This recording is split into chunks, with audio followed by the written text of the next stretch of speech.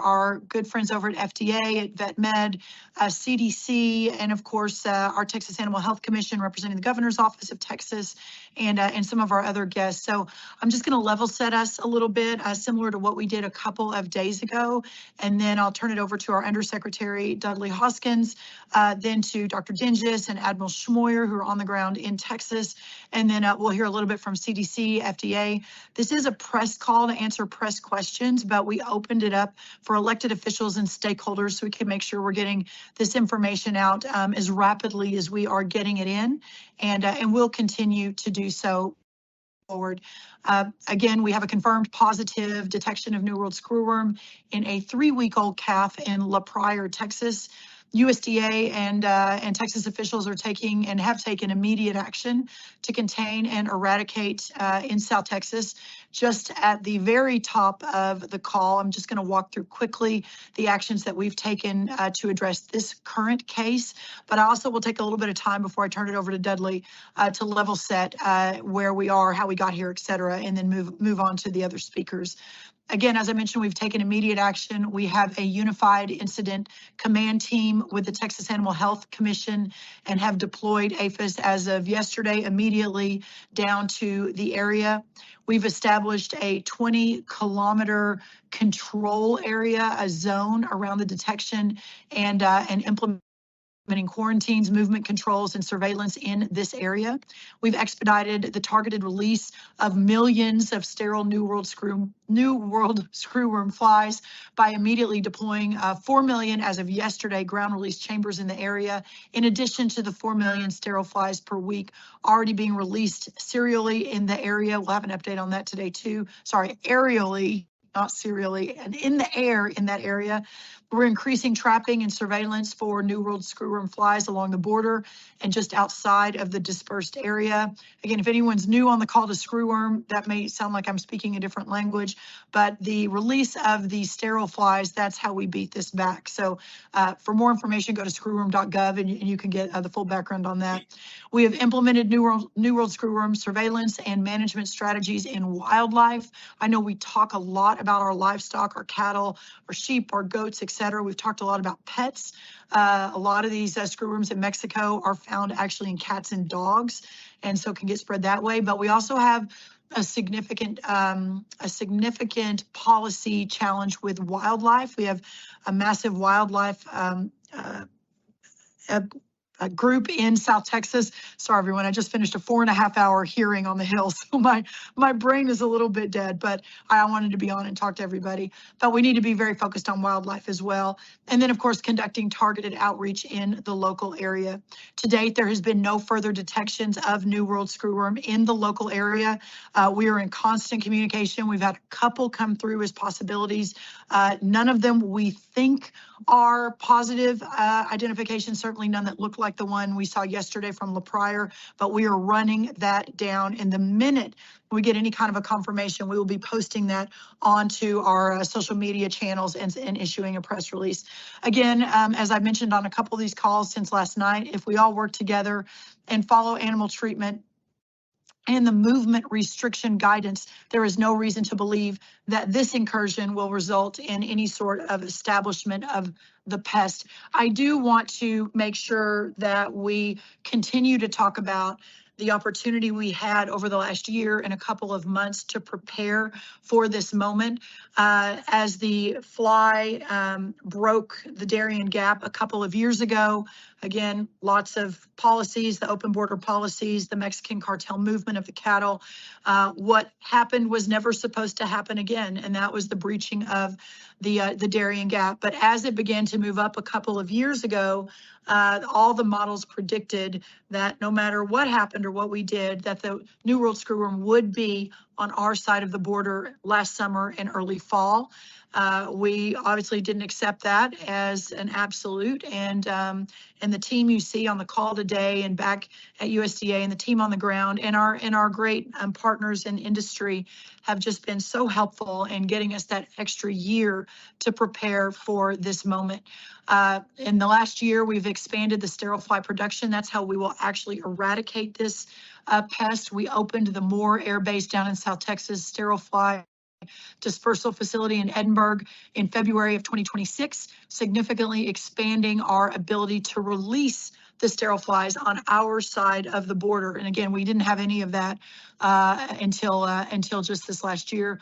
We broke ground in April of this year on the big production facility, which is expected to produce up to 300 million flies per week beginning the fall of next year. Obviously, if we could move quicker, we would. We went on Trump speed to get that permitted, thanks to the Department of War and our Army Corps of Engineers. What would have taken a couple of years to even get a permit just took a couple of months. And again, we broke ground on that several months ago and are moving out quickly. We've also funded the retrofit of the facility in Mexico, in Matapa, Mexico, which is going to allow us to, by the end of this month, actually get more sterile flies on the ground. We'll start at about 30 million additional flies that we'll be able to release by the summer, and then an additional 100 million flies per week by the end of this year. Again, these are all really important moves. We started last spring, but will really help us today and certainly in the future. We're also advancing next generation tools and technology. We have many different New World Screwworm under our $100 million Grand Challenge, different competitive initiatives. We've been prioritizing that, but we'll be announcing some of those in the coming week or two and making sure that those go on fast drive too, especially since we are in this situation. Have a couple of other technology that we are not ready to talk about yet, but that is going through the process. I think when we all get back together, if not before, on Monday for this call, we'll be able to announce what that looks like, but that also will significantly expand our fly capabilities. So stay tuned for that. We opened the Livestock Insect Research Laboratory in Kerrville, Texas in the last month. So we've been outfitting that, retrofitting that, getting the best scientists there over the last year, and that officially opened with innovative tools. And then our friends from FDA are on, but securing multiple emergency use authorizations and emergency exemptions to expand treatment and prevention options for our livestock, for our companion animals, wildlife, and other susceptible species. And again, we've got our experts on today for the press, and you'll get to hear from them. We also, in the last year, have deployed more than 8,000 surveillance traps along the U.S.-Mexico border. Again, 8,000. And in the last year, we've examined more than 58,000 fly samples as we've been watching for this with great diligence over the border over the last year, and over 19,000 wildlife specimens, since January of 2025. All of those were negative until yesterday. So 58,000 samples, 19,000 wildlife specimens, and 8,000 traps with a constant vigilance and surveillance.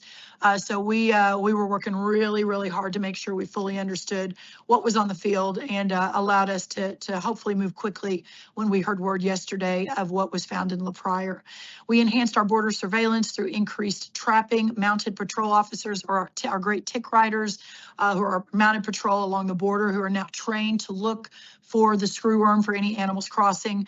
We trained more dogs, our USDA Beagle Brigade. So we're going to have a lot more dogs. That obviously won't apply to cattle, but for companion animals and others that are coming across the border, we now have dogs trained to sniff for any screwworm in those companion animals. We've conducted extensive audits and verification missions throughout Mexico to assess their surveillance, movement controls, prevention, and response activities. There obviously was a lot to be desired in the Mexican response, but we made some progress, and we will continue. It's very important to protect America that we continue to partner with Mexico to try to get to a better place in their country. We published the updated New World Screwworm Response Playbook and conducted national preparedness exercises with federal, state, and international partners, preparing for what happened yesterday, which is why we were able to deploy immediately down to South Texas and have our teams on the ground down there.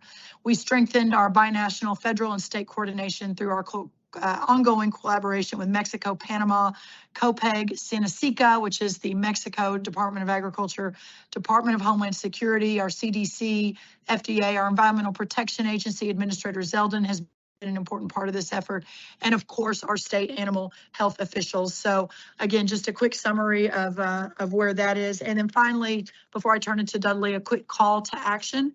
I appreciate our Texas media last night getting this information out. We would ask our national media that's on today to help us as well. The response to this pest will entail our producers and our companion animal owners to follow animal movement guidelines and restrictions and not move animals near the zone without proper treatment and inspections in place. This fly typically moves great distances because humans move animals. These flies do not fly to new areas on their own. They are moving, and if they move, it's because they're moving with the animals. So that's a really, really important piece of this as well. For us to contain the pest in the limited area we're talking about without disrupting too much commerce and too much of our livestock producers' ability to make a living, it will entail all people respecting the common good of all Texas producers and follow our well thought out animal movement restrictions that we produced last year. We got the industry's feedback on that. It's been an ongoing process, and we're in a good place. So again, at screwworm.gov, you can find our protocols there. We've worked with FDA and EPA over the past year, as I mentioned, to secure these effective products and have the materials approved for the animals and at doses that are deemed safe for our food supply. All producers should work with their local veterinarians on determining what product is right for their situation. Again, our vet from CDC will give a little bit more information on that. And as I mentioned on the last couple of calls, it's really important to keep underscoring this pest does not cause a food safety issue. The food supply is not compromised at all. This is not a disease. It is not a virus. It is simply an insect that lands in a wound and lays eggs that like to eat the flesh around the wound. So again, there is no food safety issue here at all. Once that larva is removed and the wound is cleaned, animals treated early enough will survive, will recover, and will be back to normal. So again, I think that's very important for those of you who are new to this particular issue. Again, if we all work together and follow these treatment and movement restriction guidelines, there is no reason to believe that this incursion will result in any sort of establishment of the pest on our side of the border, which is different from when it hit us in the 1950s and the 1960s. So again, very grateful to all. I'm going to turn it over to our Undersecretary, Dudley Hoskins. Thanks, everybody. Thanks so much, Madam Secretary.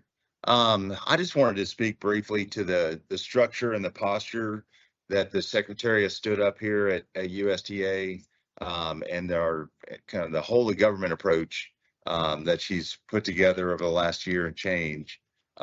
Within USDA, the Animal and Plant Health Inspection Service, APHIS, has been the lead agency, the tip of the spear on the department's fight with the screwworm. And within APHIS, there are a number of different components: veterinary services, wildlife services, international services, plant protection, quarantine. And APHIS has drawn on all of those expertise and resources and assets to have a unified agency approach through the screwworm Directorate. And that has really been an important part of our response, our preparation, and our preparedness. In addition to the USDA equities, one of the things Secretary Rollins has put together is a whole of government approach. And some of that is reflected on the call today with our colleagues at FDA and CDC, but there are so many other interagency partners who would lean on and work with hand in glove, expertise, capability, resources, authorities, everything from the Department of Homeland Security, Customs and Border Protection, obviously the U.S. Army Corps of Engineers, Department of Interior, Fish and Wildlife Service, the list goes on. EPA, it's so critical to the work we do and both modernizing our toolbox to mitigate, control, and defeat the screwworm, but also to expedite that work on the ground across the federal government. So in addition to the USDA APHIS Screwworm Directorate and the federal interagency whole of government approach, another component of this three-legged stool, if you will, is our state partners. And we are so grateful to Dr. Dinges and the Texas Animal Health Commission, the Texas Parks and Wildlife. We are working hand in glove with them on the ground right now. The strike team that USDA deployed is there in Texas. We are part of that unified incident management team. We have resources from trailers to the veterinary stockpile, surveillance, trapping, ground releases, aerial dispersal. We are really flooding the zone in this impacted area. We will continue to do that until the facts on the ground say it's no longer needed. But what I want to do at this point is turn it over to Admiral Schmoyer, who leads our Screwworm Directorate for APHIS. And Admiral, if you will, just give us a quick update on what you're seeing on the ground there, and we'll take it from there. Yes, sir. Good afternoon, everyone. The Screwworm Directorate is a fantastic construct that the Secretary has put in place. This allows us to move incredibly fast and to pull every lever and to get every single authority that could be utilized by the federal government to make sure that we're moving at incredible speeds. And so I do want to emphasize that there is only one infested animal. It is that 3-week-old beef calf. It is not a danger to the food supply. The screwworm can be detected easily and it can be treated. And so consequently, as we continue to do the work that we're doing in concert with our state, federal, local industry partners, it's incredibly important that we also make sure that we're on the same page as far as the facts and how this particular parasite actually appears and how it can be managed. And so what I'd like to do is I'd like to defer to my good partner in glove here, Dr. Dinges, to talk a little bit about what we're seeing as far as the epidemiology. And then after that, I'll talk a little bit about what we're doing about it on the ground. Sir? You bet. Thank you, Admiral Schmoyer. And just to update you on the premises there, our staff visited the premises with the infested calf yesterday. Infested calf's doing much better. They looked at the cattle on the premises there and didn't find any other infested animals. And from our epi investigation, there is no evidence of a recent movement of animals onto or off of that premises. So getting that epi work finished up there at that infested premises. But first, I wanted to say thank you to Secretary Rollins as we navigate these next steps. It is refreshing to see the sense of urgency and concerted effort in you and your team's actions and response. So just thank you, Secretary. Before anything, I want to say that the USDA and Texas Animal Health Commission and partners have taken a forward-leaning approach in this suspicion and to response preparedness in general so that we can tackle the first confirmation of the New World Screwworm with confidence in all the tools at our disposal.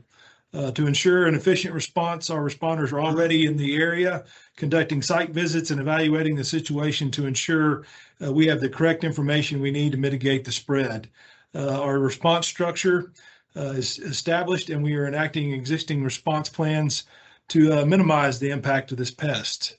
We are in close coordination with USDA and Texas Parks and Wildlife and the regulatory action we have prepared for since 2024. Some of these actions include establishing an infested zone that Secretary Rollins mentioned earlier. With this zone, I have issued an executive order that places the quarantine on all warm-blooded animals. It is very important that all animal owners understand the importance of not moving their animals out of this zone at this time. Please help us prevent any further movement of this pest by staying put and contacting the Texas Animal Health Commission if you have animals that need to be permitted out of the zone. No movement of warm-blooded species will be allowed out of this zone without an inspection by an animal health official. Currently, an increased presence of Texas Animal Health personnel are in the infested zone conducting animal surveillance and epidemiological investigations, meeting with producers, providing resources in the infested zone, and raising awareness of key actions like inspection points. Some of the key things people need to know at this stage are, number one, report suspicions immediately. If you suspect your animal may be infested with New World screwworms, notify the Texas Animal Health Commission or your local veterinarian immediately. Quick notification leads to quick detection and quick response to stop this pest from spreading. Animals will still be able to move. We just need to make sure that they are moving safely and not moving the screwworm with it. Number two, this is not a food safety issue. This is a food production issue. No, New World screwworms do not infest meat, fruits, vegetables, or other food sources. Number three, infestations from this pest can be prevented. Animal owners need to look at their animals as often as possible and stay vigilant, monitoring for wounds that can be covered and treated. This is not an infectious disease, and these flies have to lay their eggs in or on or near a wound for an animal to be infested. Treat and cover wounds as quickly as possible. And lastly, number 4, this is a highly treatable condition. If you do get a case, we may have tools in our toolkit to prevent devastating impacts. And to wrap up, I want to reassure all of you that we have been preparing for this and are taking rigorous action to protect the state and the nation from this pest. And we'll continue to be transparent, provide updates of the situation as we receive them. Thank you.